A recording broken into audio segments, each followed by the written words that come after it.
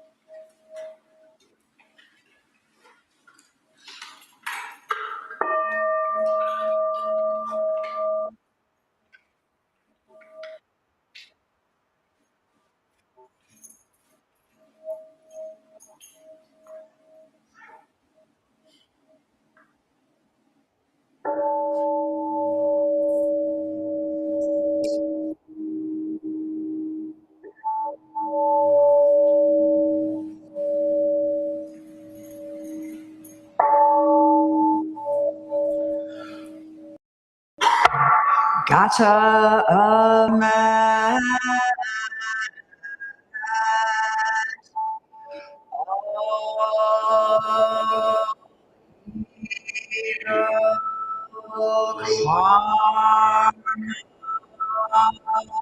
ever by me since old on account of my being greed, anger, and ignorance, born of my body, mouth, and heart. Now I atone for it all evil karma ever committed by me since old on account of my beginningless greed, anger, and ignorance, born of my body, mouth, and thought. Now I atone for it all evil karma ever committed by me since of old on account of my beginningless greed, anger, and ignorance, born of my body, mouth, and thought. Now I atone for it all.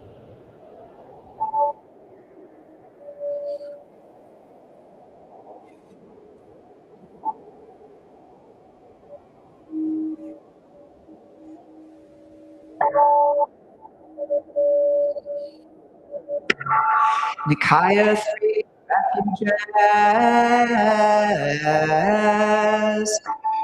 Buddham Saranam Gacchami. Buddham Saranam Gacchami. Saranam Gacchami.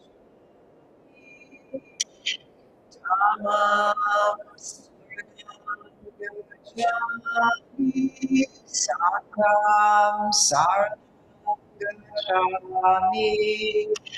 Sangam saranam gacchami. I take refuge in Buddha. I take refuge in Buddha. I take refuge in Dharma. I take refuge in Dharma. I take refuge in Sangha. I take refuge in Sangha.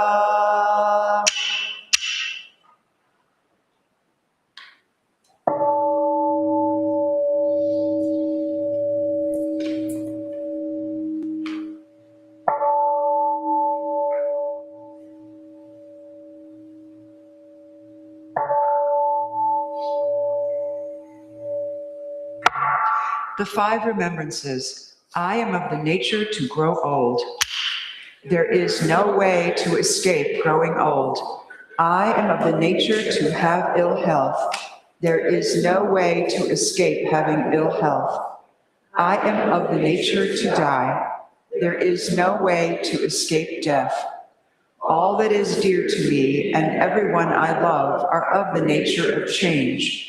There is no way to escape being separated from them. My deeds are my closest companions.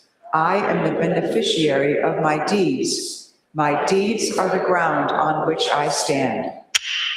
I am of the nature to grow old. There is no way to escape growing old. I am of the nature to have ill health. There is no way to escape having ill health. I am of the nature to die. There is no way to escape death. All that is dear to me and everyone I love are of the nature of change. There is no way to escape being separated from them. My deeds are my closest companions. I am the beneficiary of my deeds. My deeds are the ground on which I stand. I am of the nature to grow old. There is no way to escape growing old. I am of the nature to have ill health. There is no way to escape having ill health.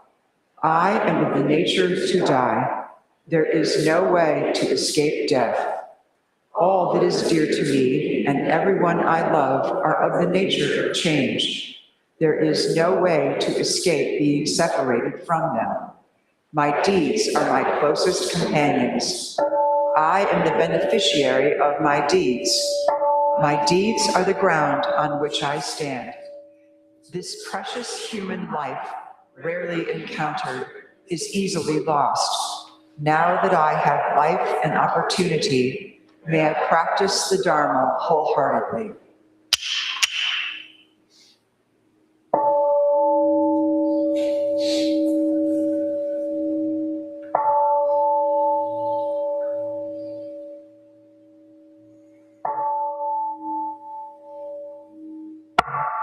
Mahayana refuge. In my heart, I take refuge in Buddha, Dharma, and Sangha. May I liberate suffering beings and bring them to great joy. May the compassionate spirit of love grow within me, that I may actualize the great way. In my heart, I take refuge in Buddha, Dharma, and Sangha. May I liberate suffering beings and bring them to great joy.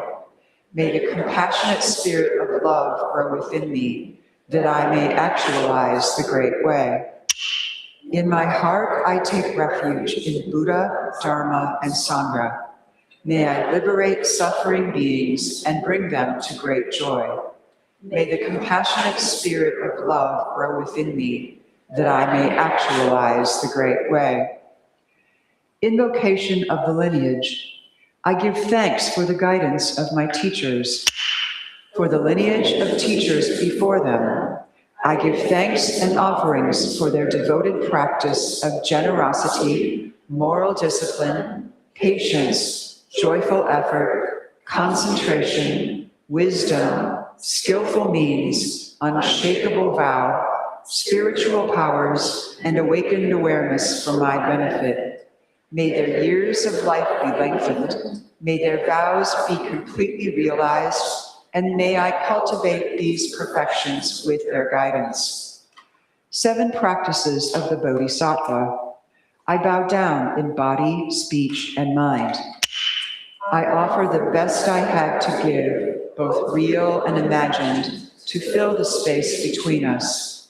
I regret and purify all transgressions. I rejoice in all virtues. I request you to remain until total enlightenment.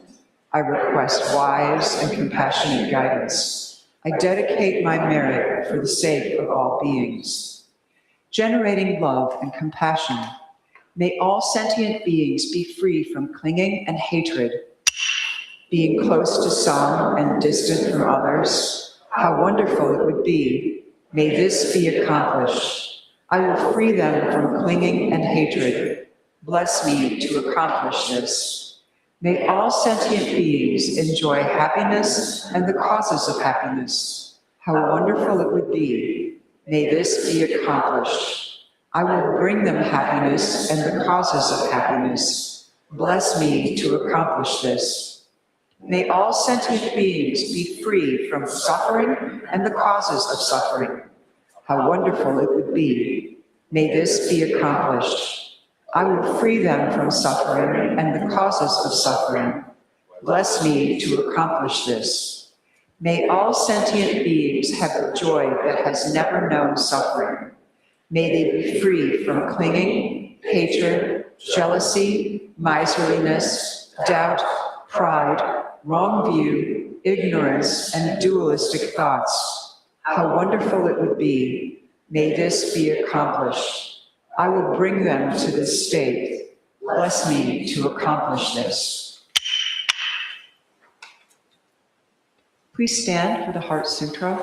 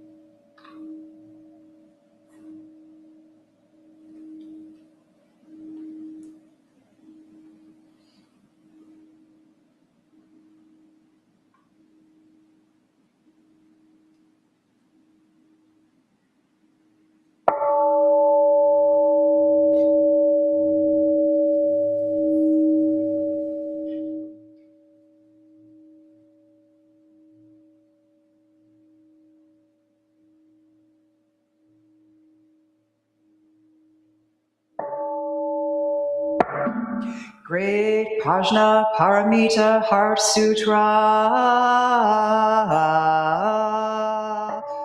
Avalokiteshvara Bodhisattva practicing deep Prajna Paramita clearly saw that all 5 skandhas are empty, transforming all suffering and distress. Shariputra Putra.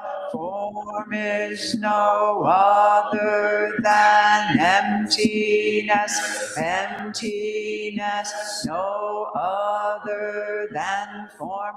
Form is exactly emptiness, emptiness, exactly form. Sensation, perception, mental reaction, consciousness are also like this. Shariputra, all things are essentially empty, not born, not destroyed, not stained, not pure, without loss, without gain. Therefore, in emptiness there is no form, no sensation, perception, mental reaction,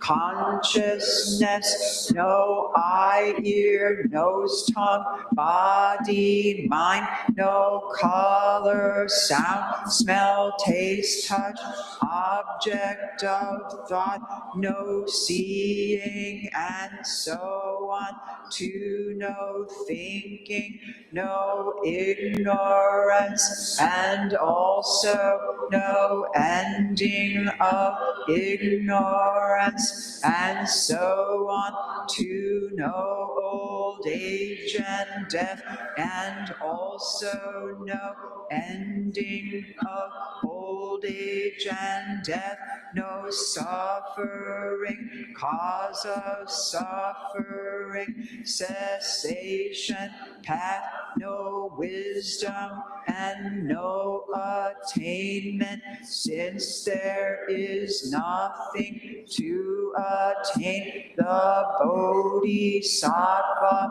lives by prajna paramita, with no hindrance in the mind, no hindrance, and therefore no fear, far beyond delusive thinking. Right here is nirvana.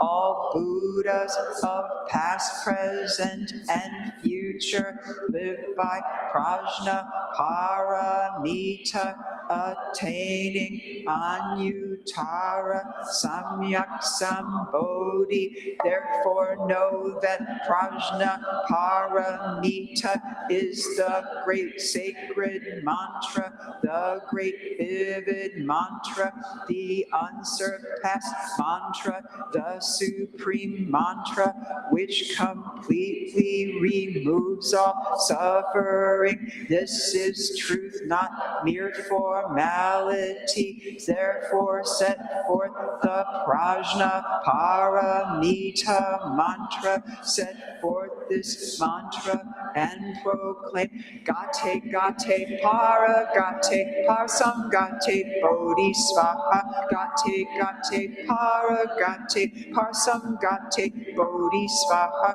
Gate, gate, para, gate, parsam, gate, bodhi, svaha. Infinite realms of light and dark convey the Buddha mind. All that is and we ourselves come forth in perfect harmony. We offer this sincere and devoted practice for the many beings of the 6 worlds and dedicate it in grateful thanks to the strength and sound practice of the great Heartland Sangha and its teachers. May our virtuous actions be clear from all interferences, and may our vows be fully realized. We especially dedicate these merits to all those who suffer as a result of injustices, calamity, cruelty, and war, and to those we read now aloud, including Kaijin, Stephen, Sister Suzette, Charles, Reverend Eugen, Roger, and Anna. May they have peace and healing. And to Marie, John, Gabby, Tommy, and Tom at the time of their death, and to those we hold in the silence of our hearts, as well as those whose names we now voice aloud.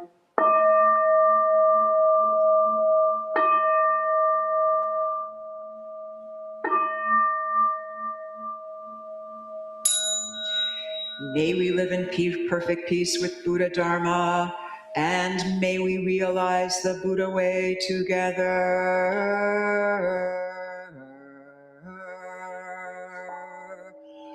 All Buddhas throughout space and time, all honored ones, bodhisattvas, mahasattvas, wisdom beyond wisdom, mahaprajna paramita.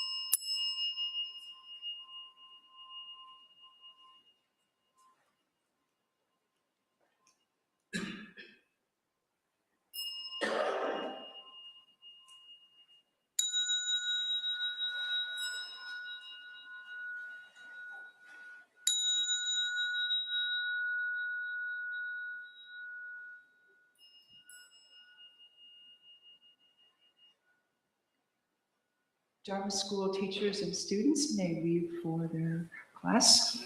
All others, please be seated and prepare for zazen.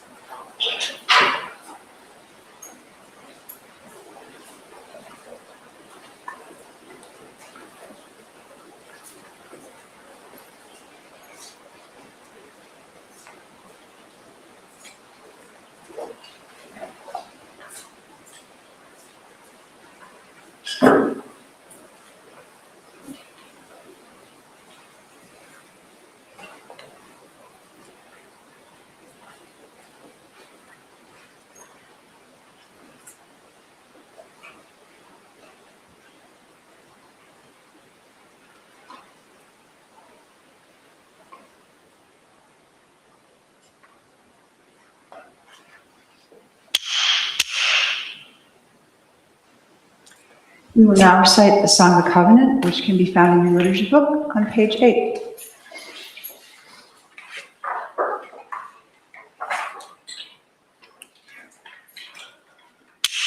We, the Daishin Kokuji Sangha, with respect for the worth and dignity of each person, with wonder at the wisdom and compassion we seek to cultivate by practice, and with deep gratitude for the teachers of this lineage and our connection to one another, covenant to support each other by upholding the precepts of doing no harm, practicing good, and actualizing good for others.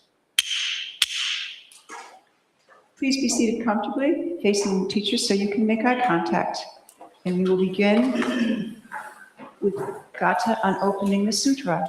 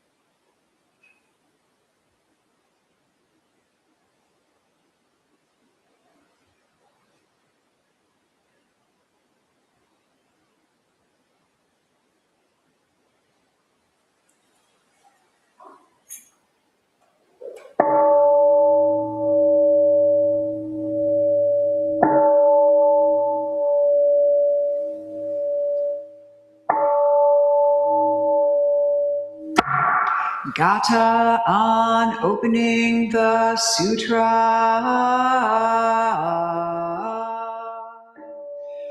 The Dharma incomparably profound and infinitely subtle is rarely encountered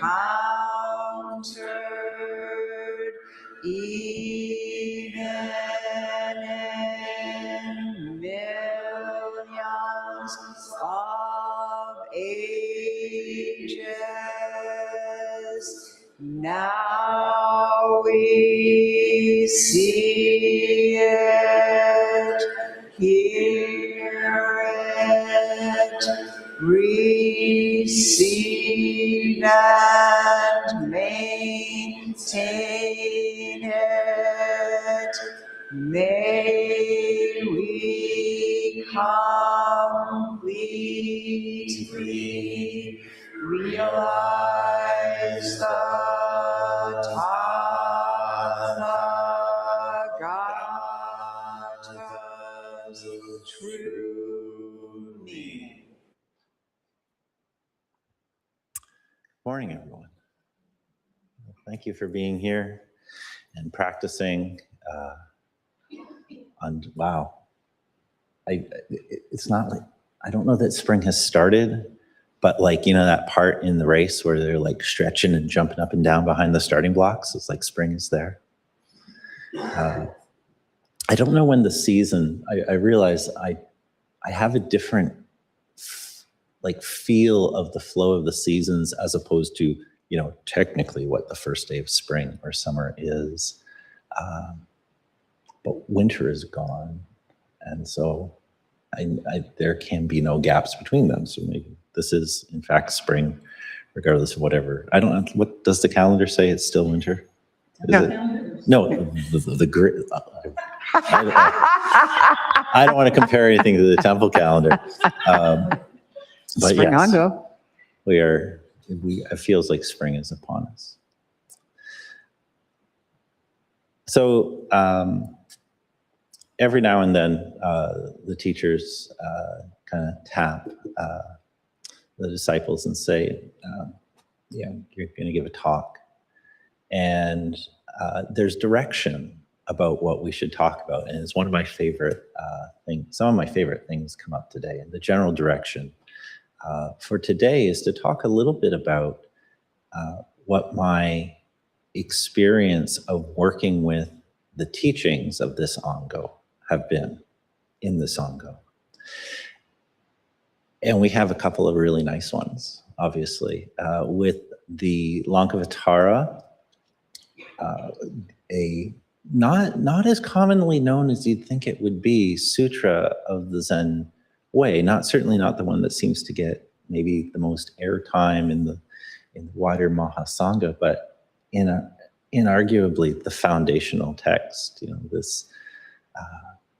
this sutra that comes with Bodhidharma from India to China and is given to his successor, this transmission of this transmission beyond words and letters came with a book, which I really like.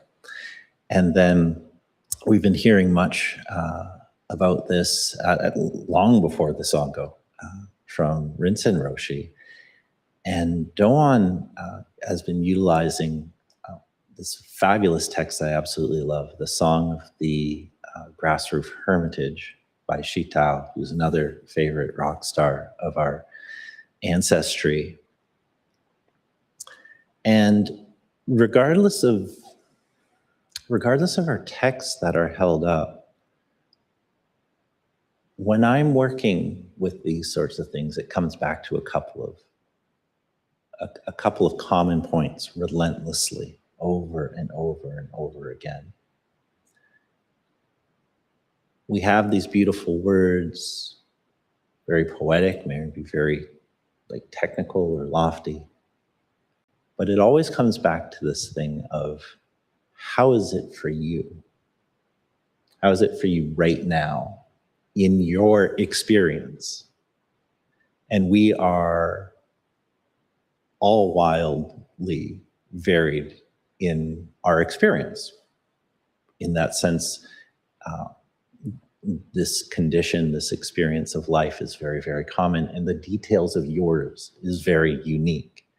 And so today, to be joined by so many noble friends, some old friends, some brand new, never met you before, and all the shades in between, both digital and IRL, I really appreciate the really vast levels of our own personal experience.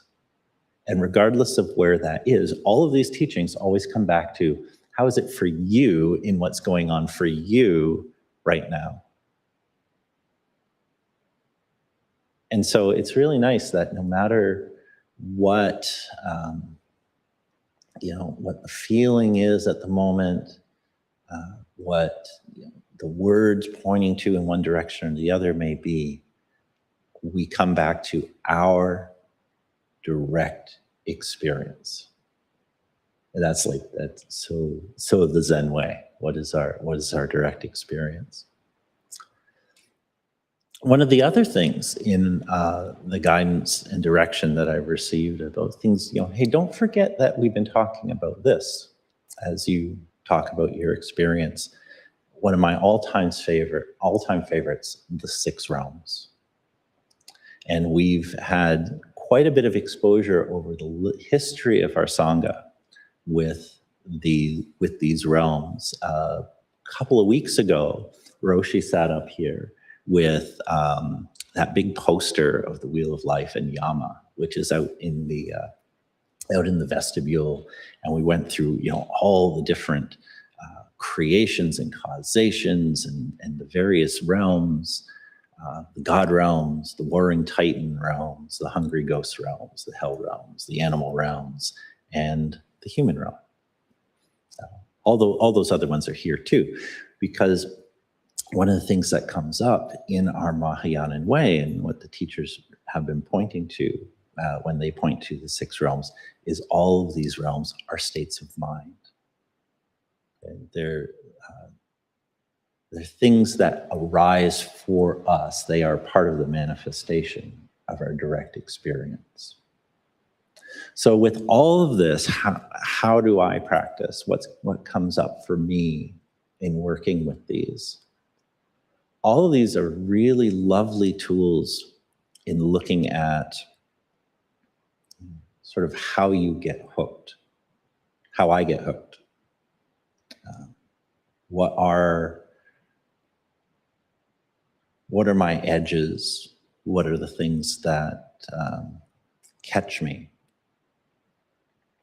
Because again, these are all these states of mind. Well, how does it show up for me when I'm, in that sort of blissed out God realm, or that I can't get enough hungry ghost realm? I don't really have, in the scope of today's talk, the opportunity to unpack a lot of those things, but the work has been done. Some of the, I think like literally episodes 2, 3, and 4 of the Buddhist Temple of Toledo podcast ever are about the 4 Noble Truths, going back to 2007. And Roshi, again, looks at these realms. And that Wheel of Life, again, that's live stream. We can look at that at any time. But over and over, we come back to this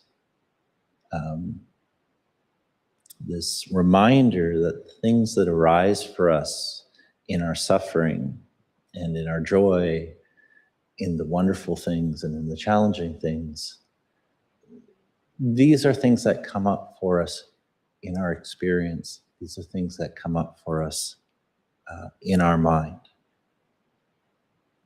Now, when we are struggling and that pain comes up, whatever your flavor is, worry, regret, anxiety, anger, frustration, I had this low-grade frustration that's really sort of creeping in on me. When I was young, when I was in this practice already, and young and virile and still skateboarding. Not kidding about that. I had this sense that this practice will help me when my body begins to betray me. And now I'm 55 and my body has begun to betray me.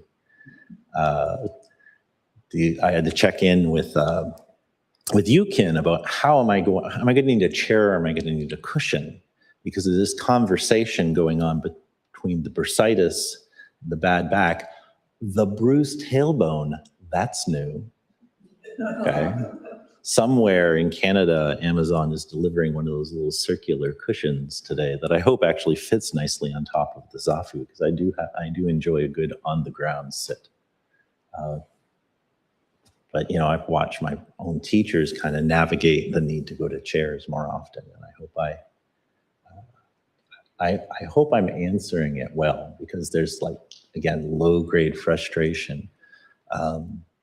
Dermatitis that makes my head itch for no reason. We're going on a year now. It's like all these little things, and just like one day you're going along and you're just like, you kind of low-grade notice all of them at once, and you're like,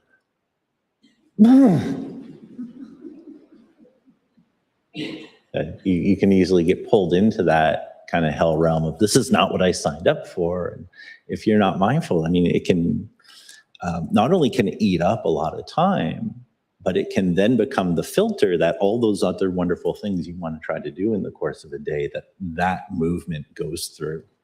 And all of a sudden, sweet little me is kind of a jerk because I'm feeling really bad about myself. Okay? And May's trying really hard not to nod at me right now. but I see it in the eyes. So all these things come up. And wouldn't it be nice if only we had some instruction at the beginning in how to deal with what comes up in our mind? Okay? Now, I don't know about our digital friends, but everyone who's in the room right now, if you got caught in the web in the correct way, you came into this building and for the first time you received beginning instruction. This is another one of these things that, whenever I'm asked to kind of talk about what my experiences are with how I practice, I'm like, oh yes, we have these teachings and there's this beautiful poem. And as I sit with it and I work through it, it takes me back to these foundational things like beginning instruction. And of course, if we hang around for a while after receiving beginning instruction, there's more training in this environment, this context that we co-create to help us with that. So at the very base, what comes up for me? It comes back to my body as it is. Shokai spoke beautifully this morning about this. I wish I'd written it down. Being friends, becoming good friends with how it is now for you. The version of you that's sitting right here and focusing or not, struggling or not, comfortable or in pain, hungry or full, whatever. Becoming good friends with the you that's showing up right now. And we bring that to the cushion, focusing on the breath, counting the breath. Sensations come, sensations go. Focusing on the breath, counting the breath. Sensation or thoughts arise and they fall. Why do we do this? Why do we train this way?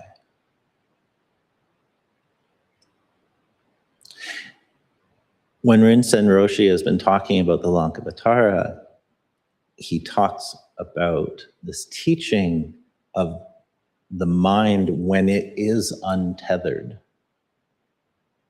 has this freedom of movement, the ability to respond to exactly what's arising. We count in and out, paying attention to our body, noticing what arises,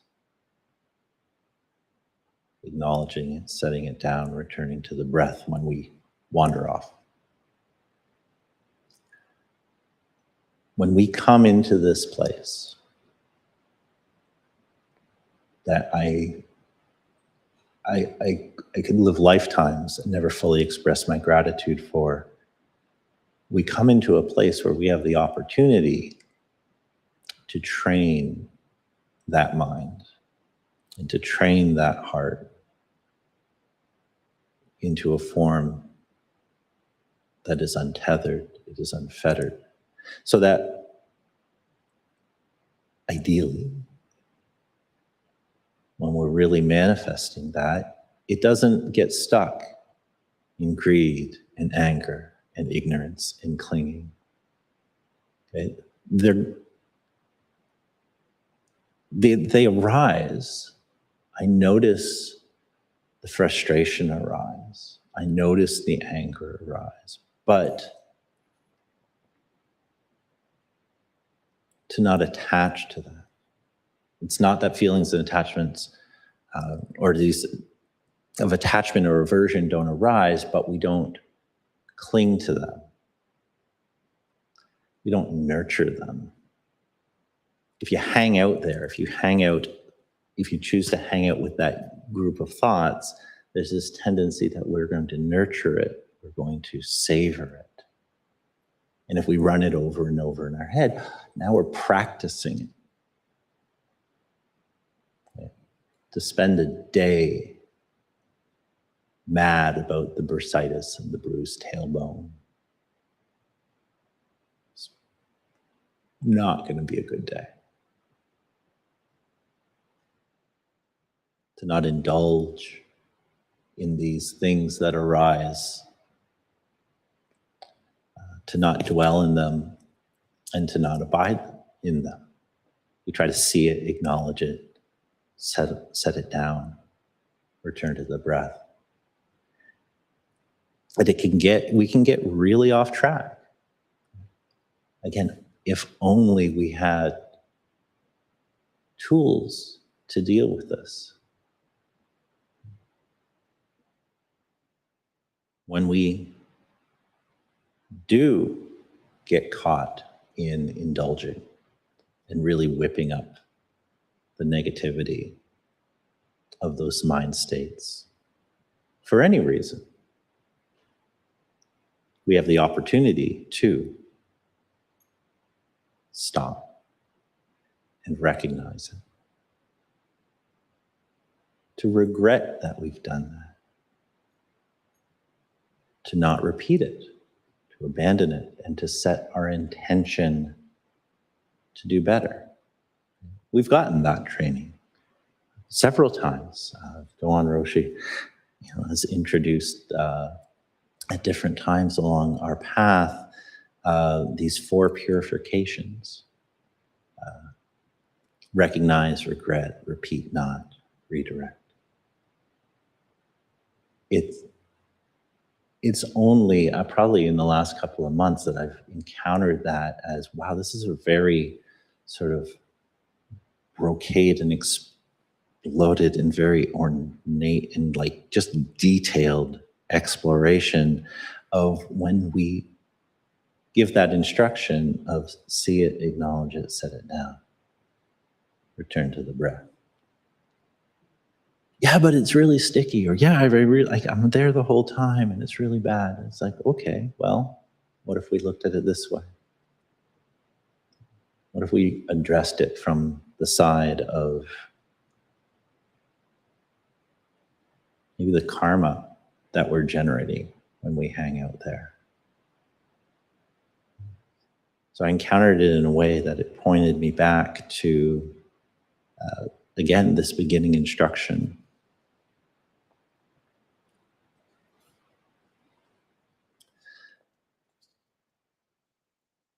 Doan Roshi has also been working with, in her talks, this song of the grass roof hermitage, which comes to us from Shitao. And you know Shitao. If you don't know, you know Shitao.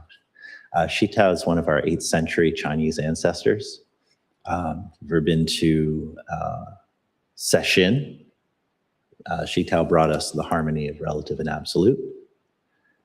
One of my favorite people in the stories of the Zen way is Layman Pong. Layman Pong, the great realized layman, he worked with Shitao, Mazu, and the like.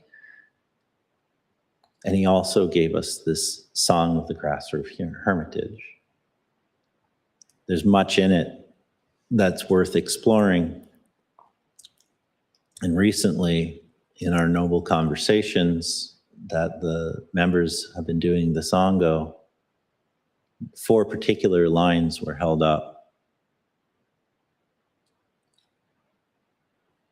The person in the hut lives here calmly, not stuck to inside, outside, or in between.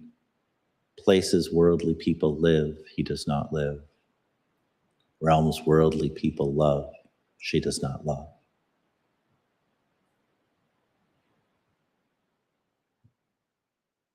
Developing this untethered mind that the Lankavatara points to, that our Zazen gives us some strength to work with, allows us to live there calmly, not stuck. Gives us the opportunity to touch into that,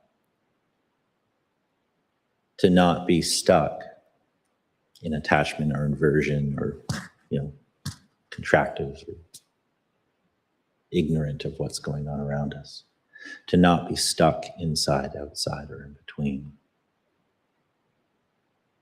The last 2 lines in particular are interesting for me, specifically because of the distance I travel to come here. It's about an hour and a half's drive. There's an international border involved.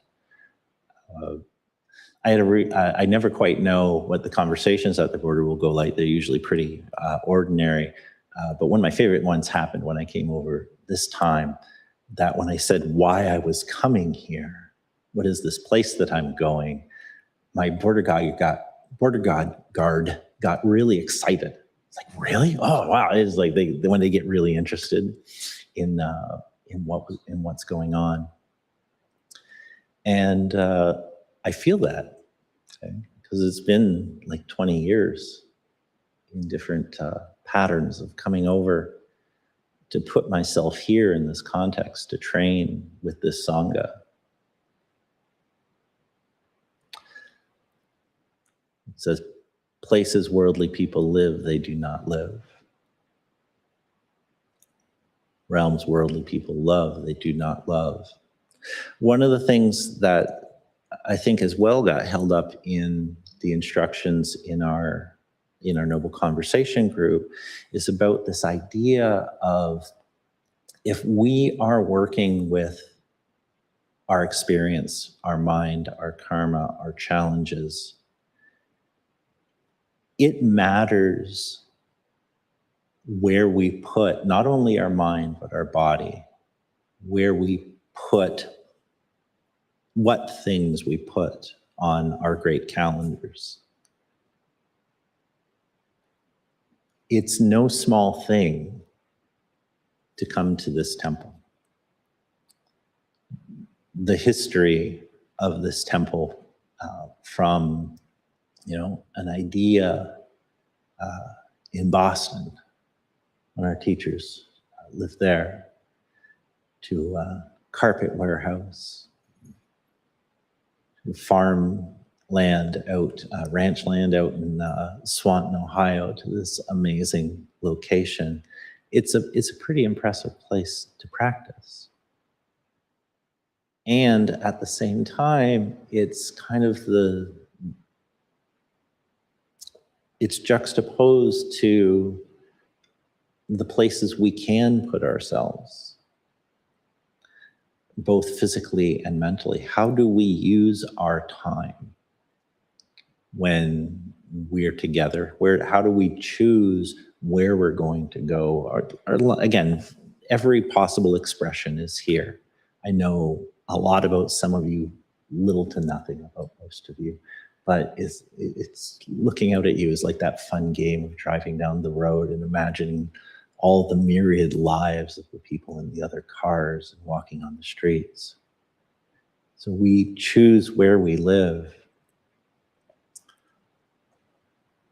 And it makes a difference. Okay? We come here to train, but you are always training. We are always training. You're always cultivating something in every possible moment. So where you put your mind, where you put your body, where you put the subdivisions of your personal clock and schedule, it's going to have an effect. Even the things that are neutral are not neutral.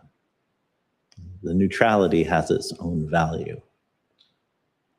But nothing is outside of that. Everything will affect our training. Our training is this inquisitive life. Instead, our training is not a giving up of our power to some person who knows everything. And they'll explain it to you. Here, they'll just point you to where you'll encounter it, and occasionally offer really useful words to remind you that that's what we're doing. So how we spend our time and our mind. So to hear these words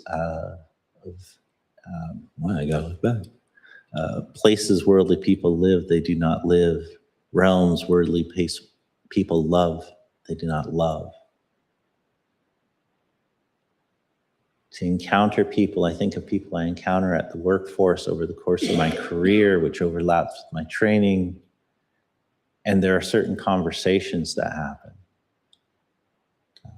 You get into the water cooler talk. Some of it seems neutral, some of it's positive, some of it you're whipping each other up. And then from the water cooler, you take your whipped up state and you go out and you work through that. Maybe not usefully for other people. Every context we choose to place ourselves in needs to be looked at very carefully. For a long time, there was this beautiful thing that Enmei and I would do. The last thing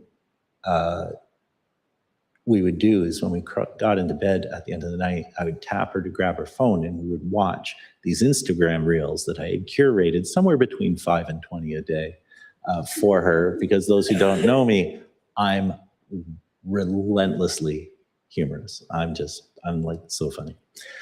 Trust me. And it was a wonderful thing. And I would get the joy of not having only found these things, but then being able to watch her enjoy them. It was great. And it was in this wider context of this activity. And this wider context of activity, of scrolling through, was like offering my mind up to all sorts of other directions, many of them inflammatory, many of them neutral, but not neutral.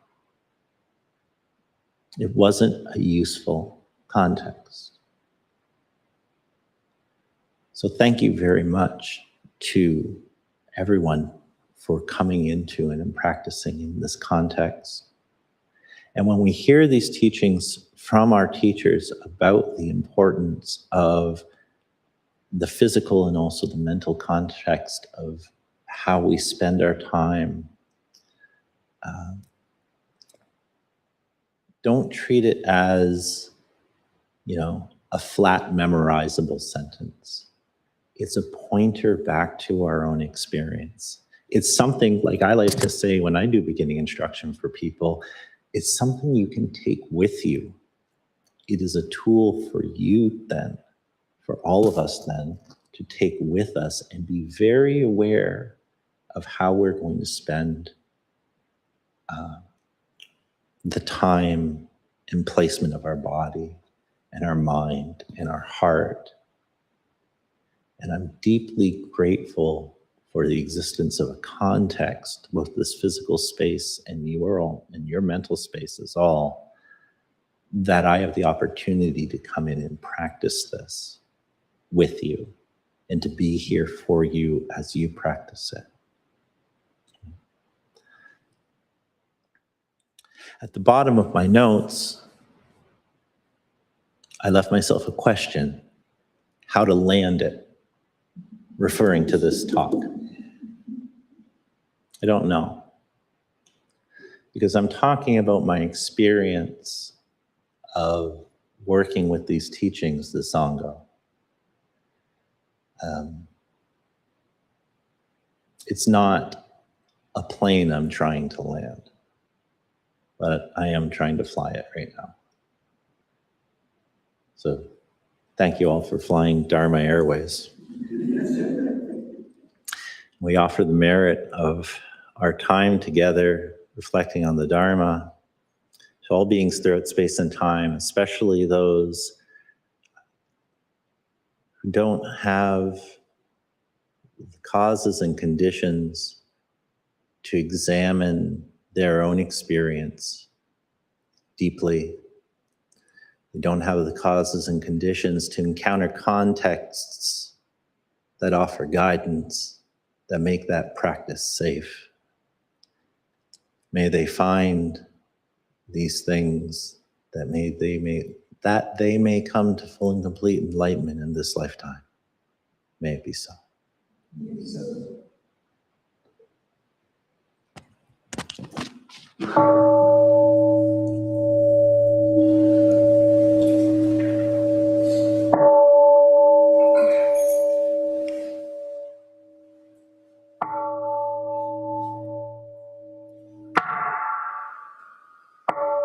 Beings are numberless.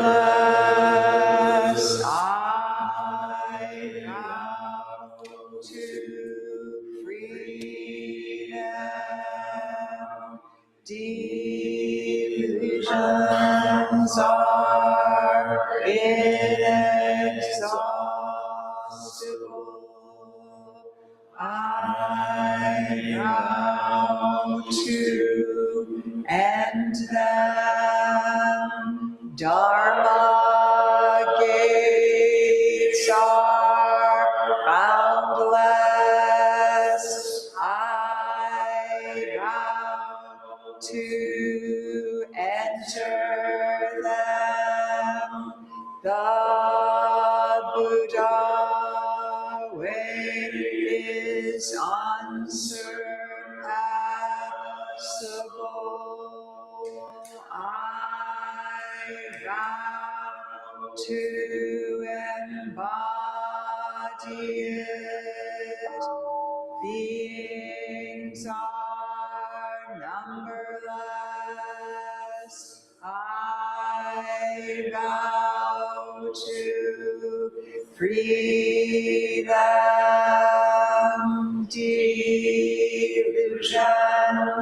are inexhaustible. I vow to end them. Dharma gates are boundless. I vow to enter them. The Buddha way is unsurpassable.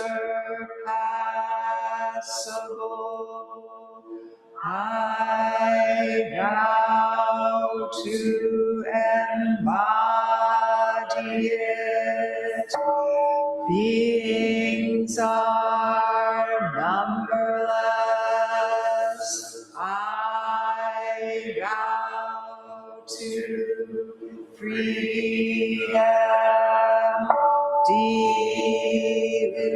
lands are inexhaustible.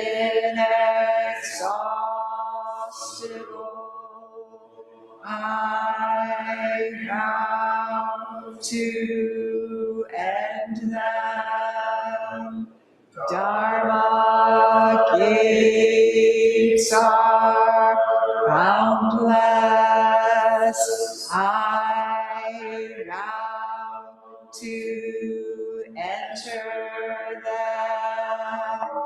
The Buddha way is unsurpassable.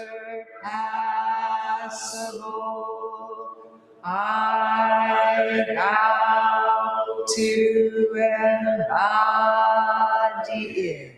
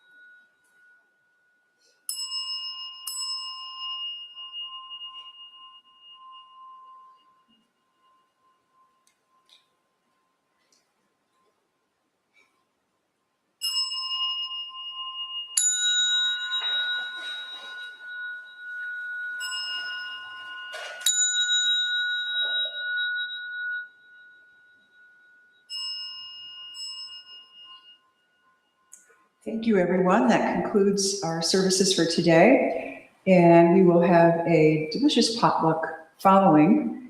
But first, of course, you're all invited to the potluck. May we have announcements? Announcements, okay.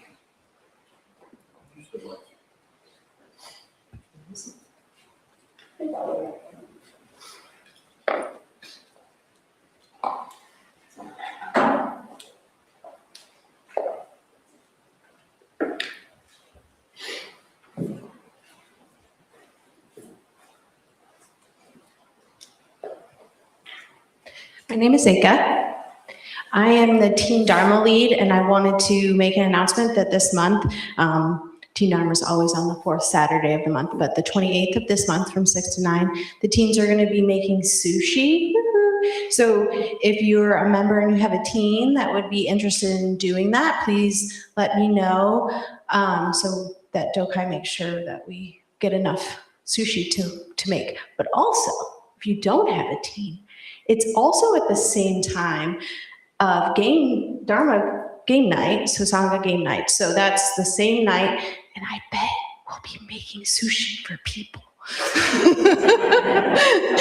So come enjoy that with the teens and game night. Thank you, I've spoken. Good morning, everybody. My name is Kensei. There were many announcements on the Daily Snail. Please check that out. Maybe take a photo so you can sync up your calendar before spring officially starts on the 23rd.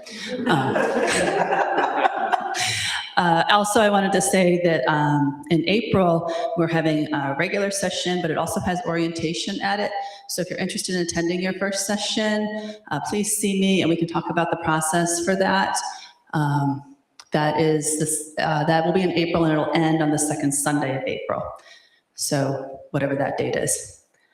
Next weekend, though, coming up on Saturday, we have Buddhist bodywork in the morning. And if you haven't been to this class before, I highly recommend it. Rinzin Roshi is teaching it. And yesterday during the Tara workshop, Doan Roshi was talking about working with enlightened energy, right? And how do we do that? And this class is really great for that. It's really, it's helped inform my Zazen a lot. And I really suggest you give it a try. Also, next Sunday will be a Tara Sadhana. Reverend Shokai will be continuing her teachings on the four immeasurables. And, and today, the coordinators, if you're a coordinator at the temple, we have a meeting at 2:30. Please plan to attend if possible. And if you can't attend, please see me so we can get a quick update from you. Our coordinators are very essential to the running of the temple and the overall leadership. So appreciation for everybody for that. Thank you.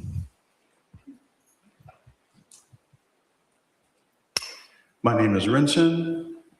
I'm the abbot here, and that means I'm sort of like the high school principal. So if you get a little slip and you owe some meditation time, it came from me. But for those who may be new in visiting the temple, and if we have not yet had a chance to say hello to each other, I'm going to make myself available here for just a few moments before the meal chant begins. If you'd like to, you're welcome to come up and say hi, and we can just get to know each other a touch. Thank you. I believe that concludes announcements. So we will have a chant at the sounding of the gong and then our noon meal. And before you exit, please restore the sendo. Thank you.